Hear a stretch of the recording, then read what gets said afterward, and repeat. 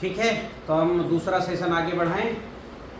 पिछले सेशन में हमने क्या सीखा कि जैविक खेती में जो सफलता के 3 चूक हुए, कौन कौन से चूक हुए? पहला, कार्बन नहीं, तो सारे अणु जीवाणु पकड़ में नहीं आए, सब लीच हो गए, है ना। दूसरी चूक क्या हुई?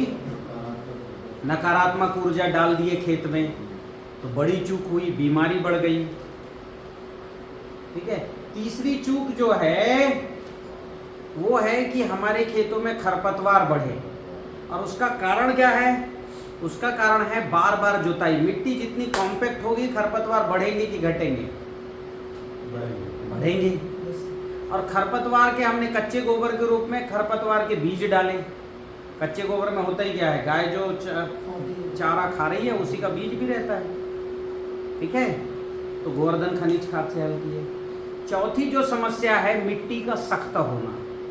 अगर मिट्टी सख्त होगी, उसका pH-EC यानी मतलब मिट्टी की कठोरता, ये भी समस्या है कि नहीं है? हाँ, छोटी समस्या की बड़ी समस्या? कठोर होगी तो अंदर जड़ नहीं जाएगा, वापसा नहीं बनेगा, वही वायु का ना होना, वापसा नहीं बनेगा, है ना। और एक और है, जहां जितनी मिट्टी कॉम्पैक्ट होती है उतना फंगस बढ़ता है। खरपतवार तो बढ़ते, फंगस भी बढ़ता है। फिर जब मिट्टी कठोर होती है तो उसका pH-EC भी गड़बड़ाता है। ठीक है, pH-EC, कार्बन, ये तीनों चीज जो है जैसी कठोर होते हुए, कार्बन नहीं है तभी तो कठोर है। और pH जो है रेतीली मिट्टी का भी कम ज्यादा होता है, तो कठोरता से pH का ऐसा सीधा संबंध नहीं। pH तो क्या है, जो है अगर मान लो आपका पानी बहुत ज़्यादा एसिडिक है तो मिट्टी ऑटोमेटिक, ऐसे वो आजकल क्या हरियाणा में वो नमक वाली पानी आता है ना उधर, तो वहाँ की मिट्टी ऐसे ही जो है बहुत ज़्यादा एसिडिक हो रही है। हालांकि क्या है, वो एल्कलाइन के गुण हैं, पर आधुनिक विज्ञान की एल्कलाइन और एसिडिक की परिभाषा गड़बड़ है, इसलिए उसके इलाज गड़बड़ हुए। ठीक है, अब नमक वाला पानी का जाटोगे तो वो क्षारीय आएगा, एल्कलाइन आएगा, पर उसका गुणधर्म एसिडिक जैसा, कॉम्पैक्टनेस बढ़ा रहा है, जड़ को अंदर नहीं जाने दे रहा है। जैसे एक उदाहरण मैं आपको बताता हूँ, नींबू का जो रस है एसिडिक होता है कि एल्कलाइन होता है? एसिडिक होता है, 2.56 ऐसे ही pH है ना। लेकिन नींबू पानी डालते तो पेट का एसिड बढ़ता है कि घटता है? अरे पेट का एसिड, जो एसिड बन गया, गैस बन रही है, वो घटता है। तो नींबू का पानी एसिडिक है, पर पेट का एसिड खत्म कर रहा है, ब्लड को जो है एल्कलाइन कर रहा है। तो गुण उसका क्या है? वो भौतिक क्या है? एसिडिक है, पर गुण क्या है? अल्कलाइन है। वैसे ही जो है, एक जो है खाने वाला सोडा यूज करते लोग बाजार में, जो बनाते हैं ना समोसे, आलू बंडे बनाते हैं, देखना वो बड़ा मुलायम क्यों बनता है? क्योंकि उसमें उन्होंने क्या डाला? खाने का सोडा। अब खाने का सोडा का pH जो है बहुत ज़्यादा हाई है, 9.5 10 के आसपास है, वेरी अल्कलाइन।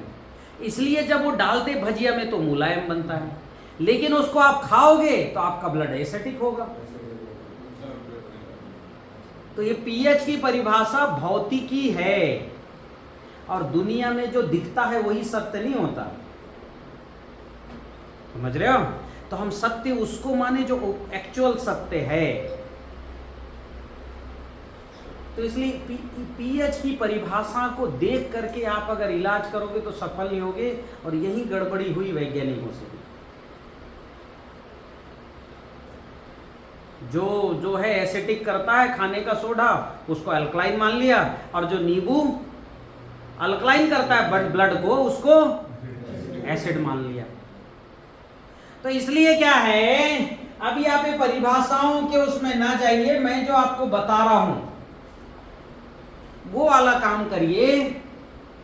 ठीक है, जो अभी pH बढ़ा आ रहा है ना, मतलब 8, 8.5, 9.5, वहाँ जो है वहाँ ऐसा काम करना है कि pH 7.5 तो आ ही जाएगा, लेकिन गुणधर्म के आधार पर वहाँ पर कुछ ऐसे फर्टिलाइजर अपन डालेंगे कि भौतिक में तो दिखेगा हाईली है, मतलब मिट्टी है 8.5 और हम फर्टिलाइजर डाल रहे हैं 8.5 9 pH का, तो सामान्य देखने वाला क्या कहेगा, यार मिट्टी तो ऐसे ही 8.5 pH का है और ये फर्टिलाइजर कौन सा डाल रहे हैं, घोल कौन सा डाल रहे हैं, 9.5 वाला।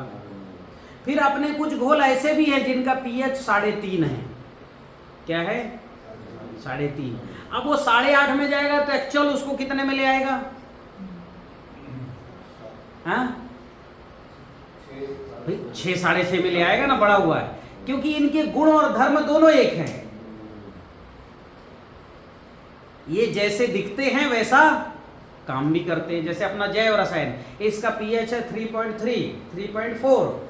जब आप 8.5 pH के खेत में डालोगे तो उसका pH क्या होगा, घटेगा। तो हमने अनुभव के आधार पर सीखा है कि एल्कलाइन है पर इसका गुण एसिटिक है, और ये एसिटिक है पर इसका गुण अल्कलाइन है, तो हमने वो कॉम्बिनेशन बनाया। आप लैब में जांच करके और आप चुनौती तो दे सकते हो, ये जो है अल्कलाइन फर्टिलाइजर, अल्कलाइन है मिट्टी और अल्कलाइन फर्टिलाइजर डाल रहे हो, पर हमने अनुभव के आधार पर इसको सीखा है। ठीक है, हाँ। तो जो मैं बोल रहा हूं वो करिए। मिट्टी मक्खन मुलायम होगी, pH एग्जैक्ट हो जाएगा 7.4। ठीक है, 7.2 7.4 हो जाएगा, और मिट्टी हो जाएगी मक्खन। तो इसके लिए हमको एक साथ काम करना पड़ेगा। मिट्टी की जो है इसको ठीक करने के लिए एक साथ हमको काम करना पड़ेगा। कैसे काम करना, देखो। सबसे पहले आपका ये खेत है, खेत की मिट्टी बहुत ज्यादा कॉम्पैक्ट है, तो इसके कॉम्पैक्टनेस को तोड़ने के लिए हमें 3 तरह के काम करने पड़ेंगे, है ना। एक तो रहेगा कि रॉक फास्फेट, और ये वाला फास्फेट है जो कॉम्पैक्टनेस बढ़ाता नहीं घटाता है। अभी जो रॉक फास्फेट आता है अमूमन जो दिया जाता है वो मिट्टी मिला हुआ रहता है, वो कॉम्पैक्टनेस को बढ़ाता है। आपने देखा होगा जहाँ की मिट्टी कड़ी होती है तो वहाँ फास्फोरस अति उच्च निकलेगा। फास्फोरस का गुणधर्म मैं बताता हूँ। लकड़ी किससे बनती है, फास्फोरस से। पानी रहेगा तो लकड़ी लचीली रहेगी, और पानी निकल जाएगा तो कठोर हो जाएगी, भयंकर, हाँ कि ना। ऐसी हमारी मिट्टी, पानी गई तो लपसी बन गई, लपसी समझ रहे हो ना, और पानी निकली तो ये फास्फोरस के अधिकता के गुण हैं। अब उसमें आप फास्फोरस डालोगे तो कॉम्पैक्टनेस बढ़ेगा कि घटेगा, बढ़ेगा। लेकिन हमने एक ऐसा रॉक फास्फेट खोजा है जिसमें फास्फोरस P2O5 तो है ही, वो जो है आपके कॉम्पैक्टनेस को तोड़ेगा। आप 1 बोरी भी डाल दो 50 किलो, 1 क्विंटल डाल दो 2 बोरी, इतना पैर अंदर जाने लगेगा पानी डालते ही 15-20 दिन के अंदर। मेरी बात समझ में आई। हमने उसको फिर ब्रांड अलग ही, मैंने ब्रांड दिया, और सोल से कहा अलग ब्रांड में बेचो, तो सोल ने उसका नाम रॉक सॉइल रखा है। ठीक है, ये कितना डालना है, 1 बोरी भी डालोगे तो, पर मैं इसको कहता हूं 2.5 क्विंटल डालो, 5 बोरी। आप कैसे ही काली मिट्टी हो, 5 बोरी ये डाल दो एकड़ में। मैं सारी बातें एकड़ में करूंगा, ठीक है। तो ये क्या करेगा, एक तो खाने लायक P2O5 पोटेशियम, P2O5 मतलब पेंटाऑक्साइड, फास्फोरस ऑक्साइड, यानी खाने लायक, जैसे DAP में होता है ना खाने लायक, वैसे इसमें खाने लायक फास्फोरस है तो पौधा बढ़ेगा। और दूसरा ये हमने फास्फोरस के लिए नहीं डाला, इसको काय के लिए डलवाया, कॉम्पैक्टनेस तोड़ने के लिए। क्लियर हुई मेरी बात। एक दूसरा, इस मिट्टी में अभी हम क्या कर रहे हैं कि इसमें सभी तरह के अणु होना चाहिए, क्योंकि एक तरह के अणु से मिट्टी एकदम से, जैसे मनुष्य पूरा उसका आंख, कान, नाक, गुर्दा, हृदय सब डैमेज हो तो फिर सारा काम विधिवत करना पड़ता है, ठीक है, हाँ, कि उसकी पाचन ठीक करे। वैसे ही ये अगर इसकी कठोरता खत्म करना है तो ये जितना काम मैं बता रहा हूं एक साथ शुरू करना है। तो कैसे काम करेंगे वो मैं आपको बता दे रहा हूं। सबसे पहले आप तो क्या करो, मेड़ के किनारे किनारे जेसीबी चलाओ। क्या चलाओ? जेसीबी। चाहो तो मेड़ तोड़ दो और मेड़ तोड़ के और नाली बना दो। आप जब मेड़ तोड़ोगे, आपने मेड़ में आपने देखा होगा कोई भी पौधा उगता है तो बराबर बढ़ता ही नहीं बढ़ता है बिना यूरिया डीएपी के। थोड़ा सा पानी मिल गया तो गेहूं भी अच्छा कन से आता है। तो उसकी मिट्टी सजीव है, तोड़ दो मेड़ और मेड़ की खोद के 5 फुट गहरा निकाल लो और सारी मिट्टी खेत में फैला दो खेत में। तो सजीव और माइक्रो न्यूट्रिएंट खेत में गया कि नहीं गया? 5 फुट गहराई तक की मिट्टी निकालेंगे तो 5 फुट की गहराई में फास्फोरस है, पोटेशियम है, कैल्शियम है, ठीक है, कुछ मात्रा में मैग्नीशियम है, अभ्रक है, चमकदार निकलता है कि नहीं निकलता? ये सब खेत में गया। ये कर दो, बराबर कर दो, फिर ये रॉक सॉइल ऊपर से डाल दो और लाल मिट्टी डालो। लाल मिट्टी में क्या होता है? सोल जो लाल मिट्टी देता है उसमें 15 से लेके 25% तक आयरन है। अब क्या है, वो तो आयरन खोदा जाता है, कहीं 15 भी निकले, कहीं 25 भी निकले, ज्यादा भी निकल सकता है। अब इतना मात्रा में आयरन आपके खेत में मात्र 2.5 क्विंटल डालना है इसको भी। कितना? 2.5 क्विंटल। ये बताओ 2.5 क्विंटल कितना किलो लोहा चला गया? औसत मान लो 20 किलो है, 1 क्विंटल में 20%, तो कितना किलो चला गया लोहा? 50 किलो। 50 किलो लोहा आपके खेत में फिक गया। काम करेगा कि नहीं करेगा? बहुत महत्वपूर्ण काम करेगा और उस काम का नाम है केटाइन एक्सचेंज कैपेसिटी। ठीक है, केटाइन एक्सचेंज कैपेसिटी क्या होता है? तो सॉइल साइंस में पढ़ाया जाता है, पौधा जब किसी तत्व को लेता है तो कुछ इलेक्ट्रॉन्स मिट्टी में छोड़ता है, यानी न्यूट्रिशन लेगा, यानी इलेक्ट्रॉन्स छोड़ने और पकड़ने। यानी अगर आपने जो है, आपके पास चावल है तो मैंने आपसे चावल लिया, बदले में आपको दाल दे दिया। इनको कपास लिया, बदले में मैंने आपको चावल दे दिया। इनसे मैंने फ्रूट लिया, बदले में इनको मैंने कपास दे दिया। तो आपसे भाई हमको हर चीज़ की ज़रूरत है कि नहीं? केवल चावल खा खा के तो रह नहीं पाएंगे, सब्जी लेंगे। तो यही है केटाइन एक्सचेंज कैपेसिटी, कुछ लेन देन। और ये लेन देन नहीं होगा तो समाज जीवित रहेगा क्या? हैं?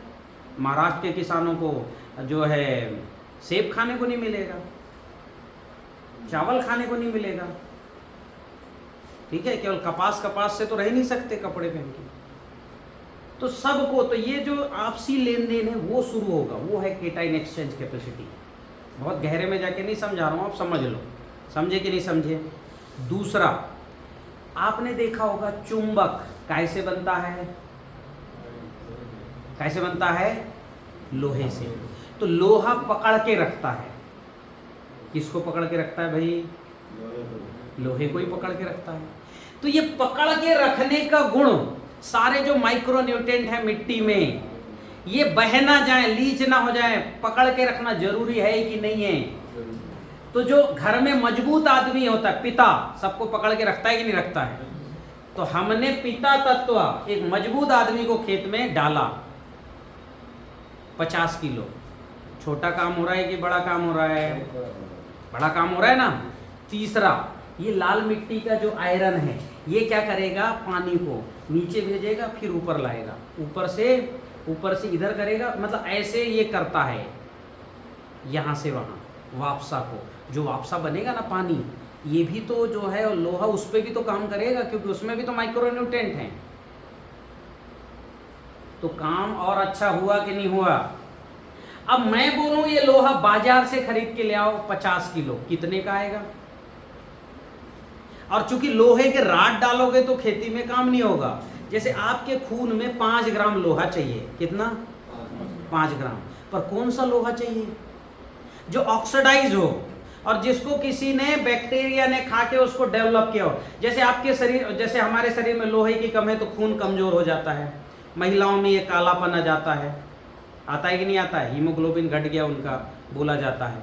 तो इसका मतलब वो लोहा घिस के खा लेंगे क्या? हैं? चबा चबा के 5 ग्राम खा ले, होगा काम। लोहा होता है अंगूर में, तो 10 किलो अंगूर खा ले तो भी लोहा नहीं मिलेगा, क्योंकि हमारी आंतें लोहा नहीं पचा सकती। तो अंगूर में सबसे ज्यादा लोहा है, पर चूंकि आंत पचा नहीं सकता इसलिए अंगूर से भी हमको लोहा नहीं मिलेगा। तो हमने प्रक्रिया, आयुर्वेद ने एक प्रक्रिया निकाली। प्रक्रिया क्या है? रसायन, रस रसायन प्रक्रिया है, जिसको बोला जाता है आसव और आरिष्ट। सुने हो कभी, कभी पिए हो ये अमृतारिष्ट, पुनर्नवारिष्ट हैं? कुमारी आसव पिया है किसी ने? शराब जैसे आती है कि नहीं आती? किसी ने नहीं पिया आज तक अमृतारिष्ट? पिया तो है, अश्वगंधा वगैरह पिया, इस टाइप की चीजें पिया। आती है कि नहीं शराब जैसी थोड़ी? दो ढक्कन डाल के पीते तो शराब जैसी स्मेल। हाँ हाँ, वही वही। तो हमें वो शराब जैसी स्मेल में जाके काम करना है। तो क्या करना है कि वो 3 किलो अंगूर लो, 1 किलो गुड़ लो, 10 लीटर पानी लो, एयर टाइट बंद कर दो 90 दिन। कितने दिन? 90 दिन। अंगूर कितना लिया? 3 किलो। और जो तैयार होगा 10-11 लीटर रसायन, इसको 3 लोगों को पिला दो। कितने लोगों को? उनका हीमोग्लोबिन कंप्लीट हो जाएगा 2-3 लीटर पीते हैं। अब 10 किलो अंगूर खाओगे तो नहीं मिला लोहा, जबकि लोहा है उसमें, लेकिन इसका रसायन बना दिए तो 3 आदमी का जो है, यानी एक किलो अंगूर में आयरन पूरा हो गया। कंसेप्ट समझ में आया? मेरी बात समझ में आई ना? तो वैसा ही है, आप कितना इसमें फर्टिलाइजर डालो, ये लाल मिट्टी नहीं डालोगे, इसमें अवेलेबल फॉर्म में आयरन पड़ा है, बस इसको क्या है, बैक्टीरिया इसमें काम करेंगे और ये घुल घुल के पौधे को मिले और अगले 10 साल चलेगा। ये कितने साल चलेगा? 10 साल। अब ये बताओ 10 साल तक आयरन की पूर्ति करने का हमने क्या खर्चा किया भाई? 2.5 कुंटल डाल के। एक तो हमने कई चीज किया, मिट्टी के कैटाइन एक्सचेंज कैपेसिटी किया, पानी के इधर उधर करने की प्रक्रिया बढ़ाई, मजबूत आदमी को खेत में, हमने मजबूत अणु को खेत में डाला जो सबको पकड़ के रखता है चुंबक की तरह, और न्यूट्रिशन मैनेजमेंट किया। मैंने बताया ना, एक पंथ 4 काज। हुए कि नहीं हुए? बाजार से आयरन लाके डाल ही नहीं सकते। बाजार में आयरन आता है फेरस सल्फेट के रूप में, वो होता है निगेटिव। 5 किलो मिलता है 500 रुपये का, 450 में तो मिलता ही है। मान लो औसत मान लो 90 रुपये का 1 किलो आया, ठीक है। और कितना % है उसमें साहब? हाँ नहीं, 8% नहीं, अब ज़्यादा वाले आए, 30-32%। पहले आता था 12% का, तो 12% का 350 मिलता है, 32% का 500-600 मिलता है। तो आप सोचो कितने रुपए बच रहे हैं। मान लो 32% है और 100 रुपए का 1 किलो आया, तो कितना ग्राम गया? 320 ग्राम। हाँ, आप सोचो कितना रुपए लगेगा। 320 ग्राम 100 रुपए का, तो 50 किलो कितने का होगा?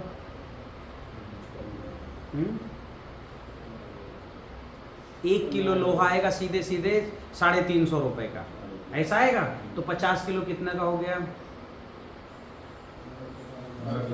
हाँ, 17,500 का। और 17,500 का मटेरियल कितने रुपए में डल गया भाई? 2.5 कुंटल लाल मिट्टी कितने में आता रितेश जी? ऑनलाइन आता 20 रुपए में। हाँ, तो करीब 5,000। और ऑफलाइन मतलब ट्रक में जाएगा तो मतलब देश भर में 12 से 15 रुपए के। 12 से 15 रुपए में चला जाएगा। एक तो 2.5 क्विंटल कितना आया? 12 रुपए इंटू 12 रुपए, अरे जोड़ो भाई, 12 दूनी 24, 12 पंचे 60, 3,000 का आएगा ना। 3,000 रुपए में 10 साल तक की पूर्ति हो गई। 10 साल, तो 1 साल में कितने रुपए खर्चा है आपको आयरन के लिए? और एक साल में 3 फसल लो आप, तो एक फसल में कितना खर्चा आया?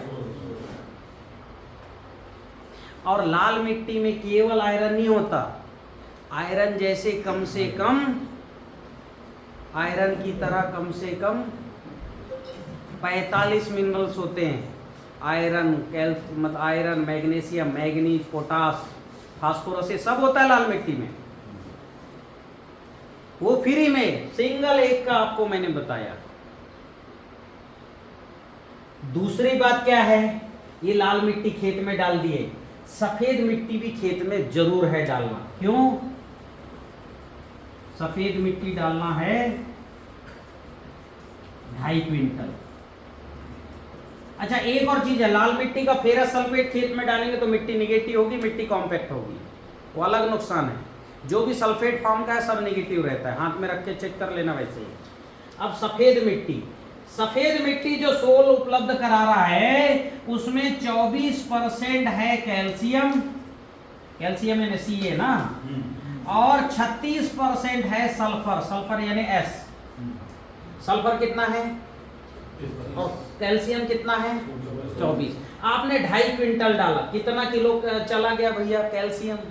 और ये कैल्शियम जो है CaSO4 है, कैल्शियम ऑक्साइड है, हाँ कैल्शियम सल्फेट है। ये केवल जैसी जाएगा मिट्टी में कैल्शियम और सल्फेट जो है, इसके बैक्टीरिया भी हम पीछे से दे रहे हैं, ये उसको तोड़ के प्लांट को अवेलेबल कराएंगे। और कैल्शियम क्या करता है, जैसे हमारे शरीर में हड्डी किससे बनती है?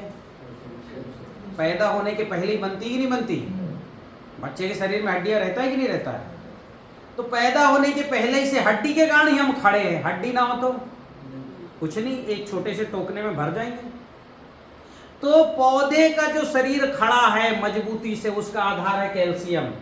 तो कैल्शियम पूरी जिंदगी भर चाहिए कि नहीं चाहिए पौधे को? हम में कैल्शियम की कमी होगी, दांतों में जो है दिक्कत आनी शुरू हो जाएगी। आपने देखा होगा जो पान खाते हैं, खूब पान चबाते हैं, वो कैल्शियम जो है रोज खाते हैं, हाँ कि ना? पान में रहता है कि नहीं चूना? हाँ, तो उनकी हड्डी मजबूत रहती है, पाचन भी अच्छा रहता है, हाँ कि ना? आपने देखो जो 35 साल के बाद पान खाना अनिवार्य था पहले के जमाने में, तो 35 साल बाद पान खाता उसके मुंह में दुर्गंध नहीं आएगा, पाचन ठीक रहेगा, क्योंकि चाप चाप के खाएगा तो लार अंदर जाएगा कि नहीं जाएगा?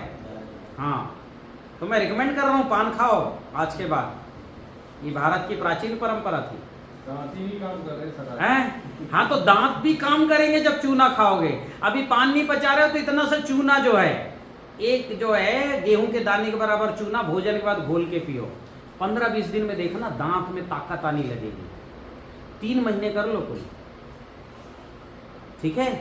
तो वही उपयोगिता कैल्शियम की खेती में है। रोज चाहिए प्लांट को कैल्शियम, और मिट्टी में अब कैल्शियम बचा नहीं, लीच हो गया, बह गया।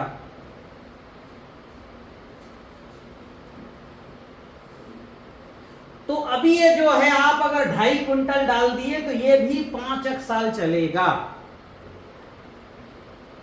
4 से 5 साल चले गए, क्योंकि 24 यानी कितना हो गया? 2.5 क्विंटल डाला, 48 किलो तो ये हो गया, और 48 50 60 किलो कैल्शियम चला गया। और सल्फर बहुत ज़रूरी है खेती के लिए। सल्फर क्या है? सल्फर पत्तियों का ऊपर का खोल और फल के ऊपर का खोल बनाता है, कड़क रखता है। कैल्शियम अंदर से कड़क रखता है पौधे को, और सल्फर बाहर से कड़क रहता है। आपने देखा होगा ये जितनी भी पत्तियां कड़क हैं कि नहीं है, ये जितनी भी लगी हैं, ऐसा लिज है क्या?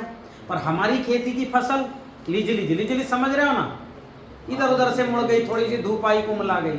ये कुमलाते हैं क्या पत्ती? क्योंकि इनका कैल्शियम और सल्फर पूरा है, और सल्फर पर्याप्त रहेगा तो फंगस नहीं आएगा। खा ही नहीं सकता फंगस, ना जड़ को ना पत्ती को। क्यों? सल्फर खाते ही फंगस मर जाएगा। सल्फर अपने आप में बारूद है, ठीक है? थोड़ी देर बाद सल्फर क्या है? अपने आप में बारूद है। आपने देखा होगा जो फटाके फोड़ते हैं, सल्फर की महक, उसमें जो महक आती है वो सल्फर की है। तो जो सल्फर है ये बहुत अच्छा नेचुरल फंगिसाइड है, फंगस को आने से ही रोकता है। तो काम आपका अच्छा हो रहा है कि मतलब अच्छा हो रहा है कि नहीं हो रहा है? एक तो न्यूट्रिशन मैनेजमेंट हुआ, पौधा कड़ा हुआ, पत्ती कड़ी हुई अंदर से और बाहर से, और फंगस नहीं लगा। तीसरा काम, कैल्शियम जो है एक प्रकार का कटोरा है।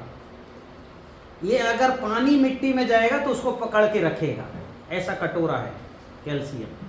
Bonding element. हाँ हाँ, अभी अभी आया और फट से समझे आप। हैं? ग्रेजुएशन किया है, एग्रीकल्चर से किया है। 2014 का हाँ, स्टेट टॉपर। तो ये देखो इन्होंने बताया। तो मेरा शुरू का सारा लेक्चर अभी सुनो, बहुत से टेक्निकल टॉपिक मेरे चले गए, तो टेक्निकल आते हैं तो मेरा सपोर्ट करते, अच्छा लगता है। तो इन्होंने क्या बोला, कैल्शियम क्या है? बॉन्डिंग एलिमेंट ऑफ सॉइल है, और हाँ। बॉडी में भी सॉइल को भी पकड़ के रखता है, पानी को पकड़ के रखता है।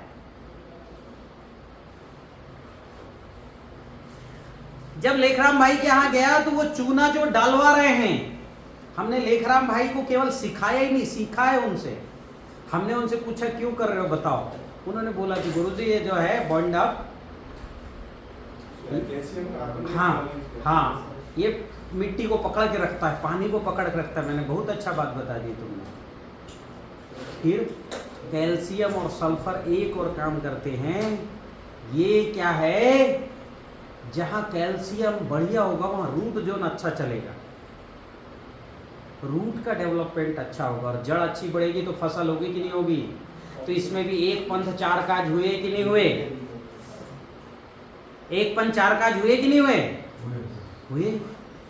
तो इस तरह से जो है ये भी डालना। अभी बताओ, इतना सारा काम रसायन में कौन दे सकता है बताओ, बहुत सस्ते तरीके से? कोरियर से बुला रहे तो 20 रुपए इसलिए बोल रहे हैं कि कोरियर ही वाले ले लेते होंगे 10, 12, 15 रुपए, कितना ले लेते हैं, कोरियर ही ले लेते हैं। तो अभी क्या हुआ कि नेट पे देखिए कि 20 रुपया की मिट्टी, और चूंकि ब्रांड नेम सोल ने मिट्टी रख दिया, अगर फर्टिलाइजर रखता तो कोई बोलता क्या है? 55% फर्टिलाइजर है ना, लिख देता भाई, 0 जो है 0 34 36 है ना, SO4 ऐसा लिख देता तो कोई सवाल नहीं उठाते। इनने क्या लिख दिया, सफेद मिट्टी। तो दिमाग में लोगों का आ रहा है मिट्टी 20 रुपए किलो। अरे भाई वो 20 रुपए का काम नहीं कर रहा है, वो 20,000 का काम कर रहा है। मेरी बात समझ में आई? और चूंकि ये प्राकृतिक हैं, कोई नुकसान करेंगे क्या? फिर ये पड़े रहेंगे कि नहीं मिट्टी में, आज नहीं खाया पौधा कल खाया, कल नहीं खाया अगले साल खाएगा, ये पड़े रहेंगे। कंसेप्ट क्लियर हुआ?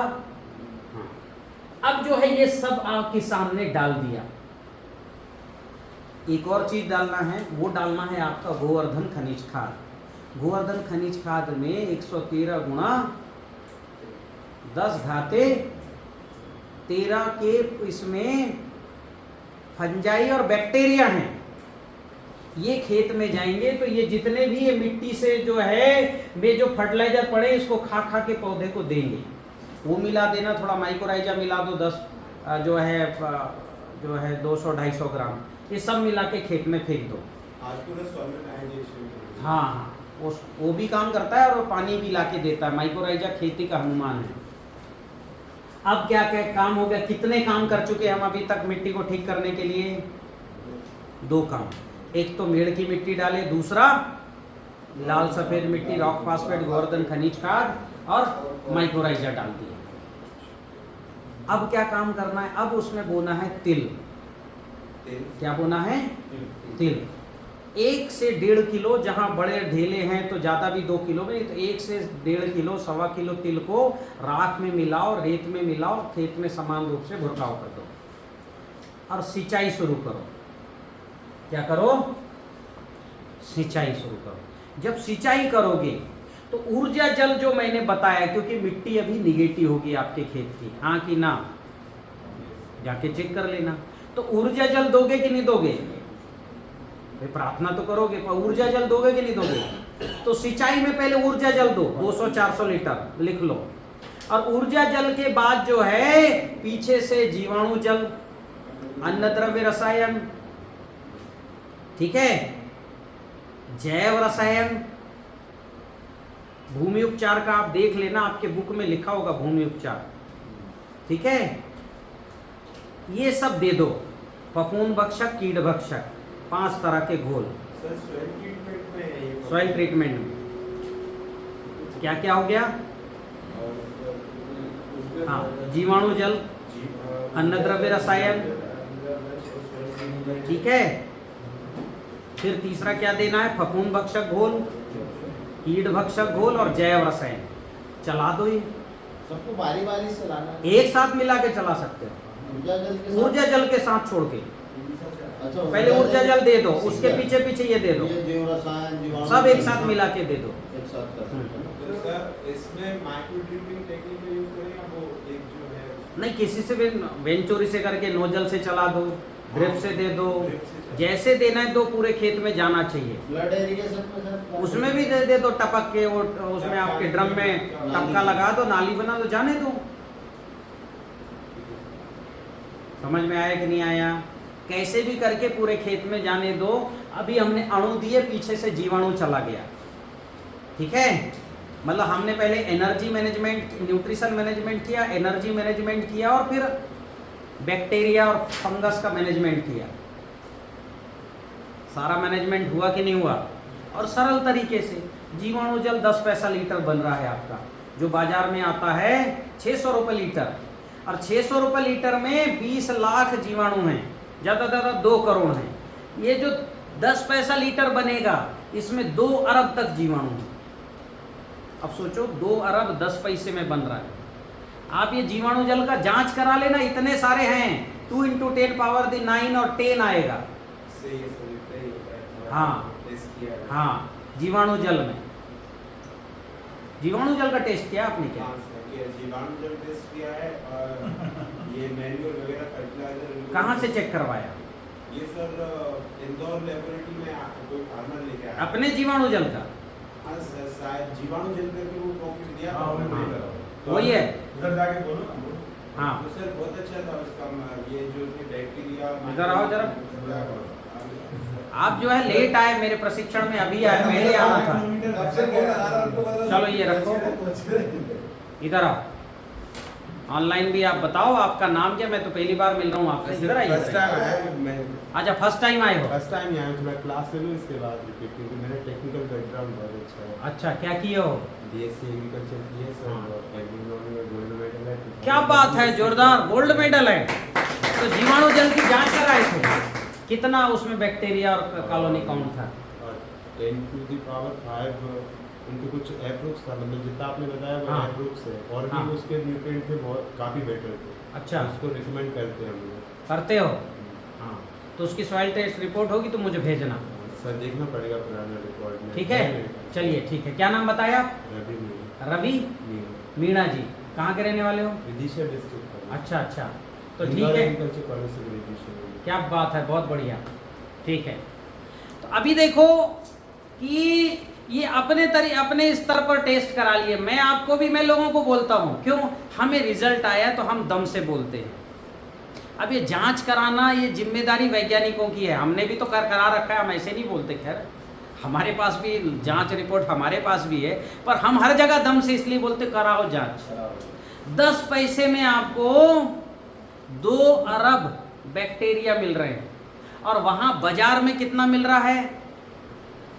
600 रुपये लीटर में 20 करोड़ बैक्टीरिया मिल रहे हैं। पैसे में भी अंतर देते हो और काउंट में भी, इसलिए रिजल्ट है। तो जीवाणु जल डालो, अन्न द्रव्य रसायन, गजब का रिजल्ट है। जिन जिन किसानों ने अन्न द्रव्य रसायन डाला, रूट जबरदस्त बढ़ गई। मिर्ची की रूट 1 हफ्ते में बढ़ गई थी 1 फुट। आपका केले में तो 3 दिन में सफेद जड़, और 15 दिन में ये लंबे लंबे सफेद जड़ पूरा फैल गया पूरे बेड में। टमाटर में भी 2.5-3 बीटा हम गए थे बड़वानी में, 2.5-3 बीटा जड़ ना ड्रेंचिंग करी थी। हाँ, अन्न द्रव्य रसायन। तो इतनी बड़ी जड़। अब लगता क्या अन्न द्रव्य घर में आप बना लो। तो जो बना सकता है किसान, वो मैं देता ही हूँ फार्मूला। जो नहीं बना सकता उसी को केवल हमने रिकमेंड किया है। और रिकमेंड जो सोल में उत्पाद भी है ना, वो बाजार से कम मूल्य में है। इसको भी क्या है सर, ऑक्सीटोसिन लेवल बहुत अच्छा है इसका। क्या? अन्य द्रव्य का ऑक्सीटोसिन लेवल बहुत अच्छा है। ऑक्सीटोसिन लेवल अच्छा है। जो रूट की growth हाँ, रूट की जो action बढ़ाता है, हाँ वो भी है। अच्छा, बहुत अच्छा है। माइक्रोराइजा आता है उसमें। पोटेशियम डेल्टा ऑक्साइड जो आपके पीछे लिखा है, हाँ। सॉल्युलाइजेशन के लिए बेटर है। यस।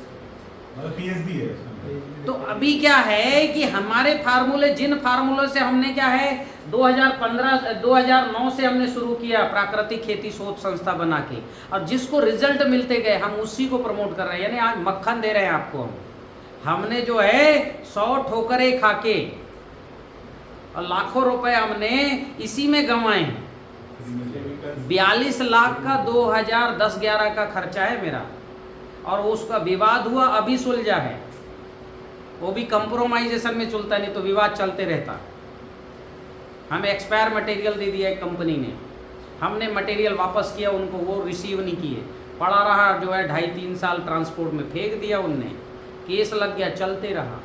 तो हमने जीवाणु खरीद के शुरू किए थे, बाद में पता लगा हमारे फार्मूले में जीवाणु है, देना शुरू किए, फिर और बाद में पता लगा अच्छा ये जीवाणु ये तो नहीं है, तो फिर वो फिर से बनाना शुरू किए।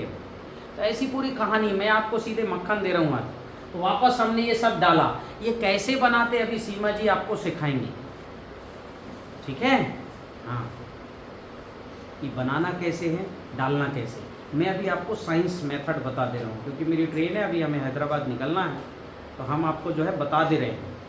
अगला काम क्या है कि ये आपकी सिंचाई आपने शुरू कर दी है ना, एनर्जी मैनेजमेंट हो गया, न्यूट्रिशन मैनेजमेंट हो गया है ना, और आपका जो है बैक्टीरिया मैनेजमेंट हो गया, कीट मैनेजमेंट हो गया, कंप्लीट इतने काम में।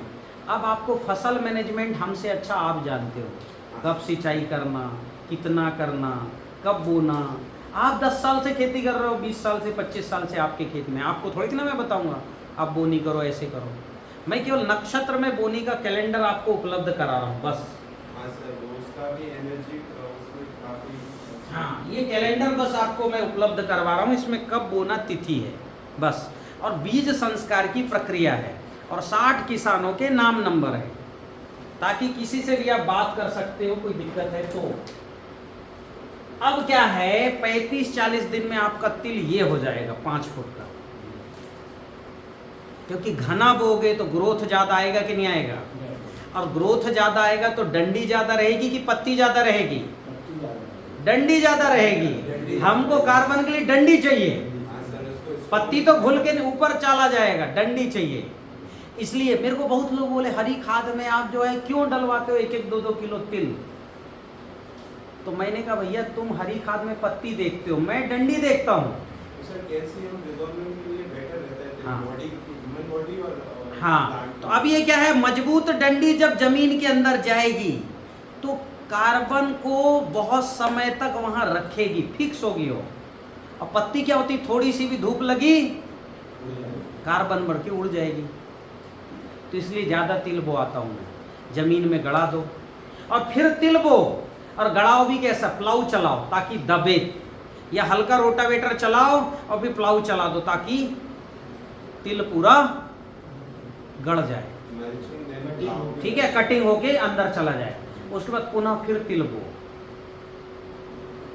क्या करना है, फिर तिल बोना है, क्योंकि इतना कार्बन अभी नहीं हुआ है। और जब फिर तिल बोगे तो फिर क्या करो, गोवर्धन खनिज खाद बीच में डाल सकते हो 15-15 किलो, ताकि खरपतवार मतलब हर 15 दिन में डालो, 4-6 बार गोवर्धन खाद अभी डाल दो, नहीं सॉरी 15-15 दिन है, 2 या 3 बार अभी डालो, 2-3 बार फिर अभी डालना, 6 बार डाल दो। तो तिल बो, गोवर्धन खनिज खाद फेंको, तिल बो दो, और बोने के बाद ये गोवर्धन खनिज खाद ही में मिला दो पूरा तिल अच्छे से, फेंक दो। और फेंकने के बाद फिर जब सिंचाई करोगे तो तिल उगेगा कि नहीं उगेगा, फिर तिल उगेगा। फिर वही ऊर्जा जल चलाओ 200-400 लीटर, जीवाणु जल, अन्नद्रव्य रसायन, जैव रसायन, है ना, फफूंद भक्षक, कीट भक्षक घोल चला दो, फिर तिल 35 दिन में इतना हो जाएगा। अब क्या करो, फिर से रोटावेटर हल्का चलाओ, काटो बस, ठीक है। और ध्यान रखना ज़्यादा मिट्टी नमी रही तब ट्रैक्टर मत घुसाना, clustering option हाँ, नहीं तो नीचे कॉम्पैक्ट हो जाएगा फिर से।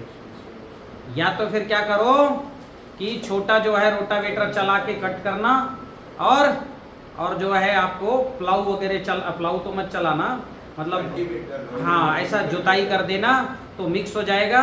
और मिक्स होने के बाद या ना भी मिक्स हो जाए, केवल जो है कटिंग करो, और कटिंग करके सर ठीक है। मंचर बेटर रहता है, सेकंड प्रोसेस के लिए मंचर रहती है मशीन हाँ, मल्चर भी कर दो आप। और फिर क्या करो, ऐसा लाइन बनाओ। कैसे बनाना, 3.5 फुट में नहीं, पहले तो चूने की लाइन बनाना, मोटी लाइन 5-5 फुट में। क्या बनाओगे, चूने की लाइन। ये मान लो कि ये चूने की लाइन है, कितना फुट में है, कितने फुट में है लाइन, 5-5 फुट में लाइन है। और फिर क्या करो, यहाँ ये जो है ये 6-6 इंच की ऐसी इधर जो है, यानी ऊपर जो है 1.5 फुट चौड़ाई और नीचे जो है ऐसे 6 इंच की जो है 1.5 फुट चौड़ाई, 1.5 फुट गहराई और नीचे का लेवल रहेगा 6 इंच। तो इस तरह से वी शेप में आपको नाली बनाना है। किसमें बनाना है, खेत में। जब नाली बनाओगे तो मिट्टी कहाँ फेंकेगी, बेड में, ठीक है। तो बेड ऊंचा हो गया, नाली गहरा हो गया। क्लियर हुई मेरी बात, क्लियर हुई मेरी बात नाली का। अब अगला काम क्या करना है, अभी इस नाली में मान लो कार्बन अभी भी घटा दिखता है, तो अरहर की डंडियां और जो है आपके कपास की डंडियां छोटा छोटा गट्ठर बना के बेड में रख दो और उस पर मिट्टी पूर दो। आपका कार्बन, ठोस कार्बन जमीन में फिर सेट हो गया। ये कार्बन क्या करेगा, आप पानी दोगे तो ये कार्बन जो है पानी सोखेगा कि नहीं सोखेगा। और जब मिट्टी का पानी खत्म हो जाएगा तब लकड़ी का पानी निकलेगा कि नहीं निकलेगा, हाँ कि ना, निकलेगा। कार्बन का कार्बन वापसा बनने में सहायता। फिर लकड़ी रहेगी तो हवा की मात्रा बढ़ेगी कि घटेगी मिट्टी में, बढ़ेगी। और मैंने जब भी बताया पौधे का सबसे बड़ा भोजन क्या है, हवा है। तो हवा भी बढ़ गया, कार्बन भी बढ़ गया। अब इस बेड को क्या है आपको कि 6 महीने तक गीला रखना है। क्या करना है, हाँ, तो 6 महीने तक गीला रखना है। गीला करने के 2 विधि है। एक तो पानी तो देना है, फसल लेते रहना है। क्या करना है, हाँ, मल्चिंग की 2 विधि है। एक है सूखी मल्चिंग, एक है जीवित मल्चिंग, ठीक है। एक है निर्जीव और एक है सजीव मल्चिंग। सजीव मल्चिंग का एक है ब्राह्मी का है, ठीक है। मेरा वीडियो देखा है ब्राह्मी वाला। ब्राह्मी अगर खेत में लगाओगे ना तो पूरी छचल जाती है। और ब्राह्मी में पीएसबी बैक्टीरिया और बहुत से बैक्टीरिया रहते हैं। और ब्राह्मी जो है आपके फसल से कुछ नहीं लेगी बल्कि फसल को देगी। और ब्राह्मी का इतना मोटा लेयर बनता है। तो सर एब्जॉर्ब टू वाटर और एयर टू हाँ हाँ, पानी भी पौधा ज़्यादा समय तक पानी सस्टेन रखेगा, जीवाणु वो वहाँ सुरक्षित रहेंगे। जो हवा से नाइट्रोजन खींच के पौधे को देगा, खुद हरा भरा रहेगा, फसल को हरा भरा रहेगा, रखेगा। टेम्परेचर भी ठीक है, टेम्परेचर ठीक रखेगा, टेम्परेचर फिर कचरा नहीं होने देगा। ये हम उपलब्ध कराएंगे आपको, मल्चर आपको उपलब्ध कराएंगे धीरे धीरे अभी हम, ठीक है। फिर आपसे आप बढ़ाते रहना किसान टू किसान। मेरे बात समझ में आई। जब तक ये नहीं मिल रहा है तब तक आप जो है धान का पुआल बिछाओ। लेकिन धान का पुआल या कोई भी सूखी मल्चिंग नाइट्रोजन यूज करता है डिकम्पोज होने में। तो आपके फसल में नाइट्रोजन की कमी के लक्षण आएंगे। क्या कमी के लक्षण आएंगे, हाँ, क्योंकि ये नाइट्रोजन यूज कर रहा है। मल्चिंग तो किया, कचरा नहीं उगने दिया, ठीक है, जीवाणु सुरक्षित करेगा पर नाइट्रोजन यूज करेगा। तो आपको अगर सूखी मल्चिंग करोगे तो नैनो नत्रजन ले लेना सोल से, ठीक है, हाँ, 4-5 लीटर नैनो नत्रजन ले लेना। जब भी आप सिंचाई करो तो 1 लीटर नैनो नत्रजन मिला देना किसी भी घोल में, जीवाणु जल में, किसी में मिला देना।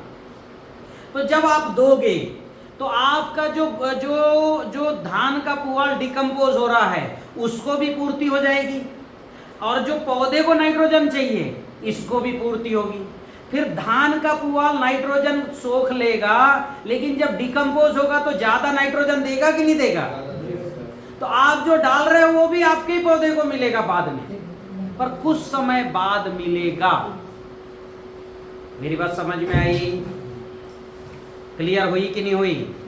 यदि आप नैनो नत्रजन स्प्रे नहीं करोगे, सिंचाई में नहीं दोगे तो प्लांट में नाइट्रोजन की कमी पड़ेगी। आप प्लांट में स्प्रे करो तो करो, जड़ में भी जो है नैनो नत्रजन जाने दो।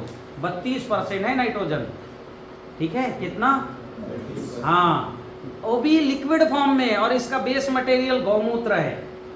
अभी जो है 4-6% नाइट्रोजन आया तो दुनिया के सारे वैज्ञानिक और यूट्यूबर सिर में टोकरी लेके बेचने निकल पड़े, जबकि वो है अमोनिया बेस्ड। हमने बनाया गौमूत्र based organic NPOP certified 32% nitrogen. 1 litre में 0.5 लेकिन क्या है, हमने बनाया, किसान ने बनाया, तो बात ही हजम नहीं हो रही कुछ लोगों को। कुछ तो ज्वेलसी में मर गए केमिकल कि बेलजी भाई के हाथों कैसे मिल गया। तो वापस मैं क्या बता रहा हूँ, 32% नाइट्रोजन है, स्प्रे करो फसल हरी कच्च, क्योंकि ऑर्गेनिक नाइट्रोजन है। क्लियर हुई मेरी बात? तो इस तरह से आपका बेड मल्च हो गया। अब लगाना क्या उस बेड में?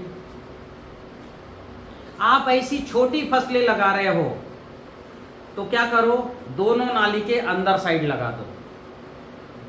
बहुत सी फसलें, छोटी फसलें, हेवी कंजप्शन वाले को उसके अंदर लगा सकते हैं। ठीक है, छोटी फसलें लगा रहे हो, ठीक है, दोनों तरफ लगा दो। अरहर मान लो, अरहर लगा रहे हो तो एक लगाओ, लेकिन सरसों लगा रहे हो दोनों लगा दो। बीज एक भी लगा सकते हो, दोनों और भी लगा सकते हो। ग्वार फली लगा रहे हो, दोनों तरफ लगा दो। गेहूं लगा रहे हो, पूरा एक आध अच्छा, एक जो है अच्छा सीडर से पूरा ऐसा खींच दो, सारा जो है उसमें लग जाएगा। ज़्यादा से ज़्यादा 4-6 किलो बीज, 6 किलो बीज लगेगा, प्रोडक्शन आएगा 30-35 क्विंटल। मक्का लगाना है 3 लाइन लगा दो, ज्वार लगाना है 3 लाइन लगा दो, बाजरा लगाना है 3 लाइन लगा दो, मिक्स लगा दो। मक्का 3 लाइन लगा दो, बरबट्टी भी लगा दो, और साथ में मूली भी लगा दो। नीचे मूली होगी, बरबट्टी सतह में होगी, और आपका जो है मक्का ज्वार बाजरा उसकी क्राउन रूट जाएगी, वो अलग होगी। 3-3 क्रॉप होगा। सरसों लगाए हो, उसमें जो है आप गाजर मूली लगा दो। गर्मी में धनिया लगा सकते हो बीच में। ऐसी क्रॉप जो ठंडी होती है, जैसे आपने जो है पपीता लगा दी, इंटरक्रॉप आराम से लगा सकते हो। काय का? धनिए का। एक अभी हमारे किसान ने, अपने TCBT किसान ने 3.25 लाख की तो एकड़ में धनिया बेच दी, पपीता ज्यों का त्यों खड़ा है। क्योंकि पपीता क्या करता है, छाया करता ही नहीं करता है। तो गर्मी में धनिया निकलना छोटी बात है क्या? पॉली हाउस में लेते हैं लोग 40 लाख का खर्च करके, अपना इसमें हो जाएगा। तो ध्यान में आई बात। इस बेड को हमको 6 महीना भी ठंडा रख लिए, इस बेड में 6 महीने में 1.5% कार्बन मिलेगा। 1 साल बाद इसमें 2.5% कार्बन दिखेगा, 2 साल बाद 3-3.25% कार्बन हो जाएगा। इतना कार्बन, हाँ, 6 महीने में 1 से 1.25%, ठीक है। 1 साल में 2 से 2.5%, और 2 साल में 3 से 3.25% कार्बन इस मिट्टी में परमानेंट रहेगा। और ये पढ़े लिखों को पता है, कार्बन आ गया तो क्या होता है, और आपको मैंने सिखाया है। कार्बन है तो अणुओं को पकड़ के रखेगा, जीवाणु को पकड़ के रखेगा, वापसा बनाएगा, ठीक है, हाँ, रूट बढ़ाएगा, सारा कितना काम हो गया। केवल TCBT किसानों के यहाँ 1.5%, 2%, 2.5%, 3% कार्बन मिल रहा है। 6% कार्बन मिला चंडीगढ़ के किसान के यहाँ। रात भर जो है, हाँ, कार चला कि केवल मेरे से मिलने आया फाजिल का, ये देखो गुरुजी 6% कार्बन। भारत ने अमेरिका के लैब से जांच करवाया है, 6% कार्बन। 2.5 साल से उसने जो है खेती की जुताई नहीं की, और इसलिए जिन जिन किसानों के कार्बन बढ़े उनके बल्ले बल्ले, वारे न्यारे, जबरदस्त प्रोडक्शन। अब क्या है, केवल कार्बन बढ़ाने का काम नहीं, हमने निगेटिव एनर्जी को भी खत्म किया, न्यूट्रिशन भी दिया। अब इसके आगे और खुराक दे रहे हैं हम। फसल मैनेजमेंट हमारा बहुत अच्छा है, नक्षत्र पर लगाना, दूरी ठीक करना, फिर गंध चिकित्सा करना, रंग चिकित्सा करना, जबरदस्त न्यूट्रिशन, जड़ से भी दे रहे, पत्ती से भी दे रहे हैं। इसलिए क्या है, हमारे आपने देखा होगा अरहर में 6-6 फली लगी है लंबी लंबी, ऊपर से नीचे अरहर ही अरहर।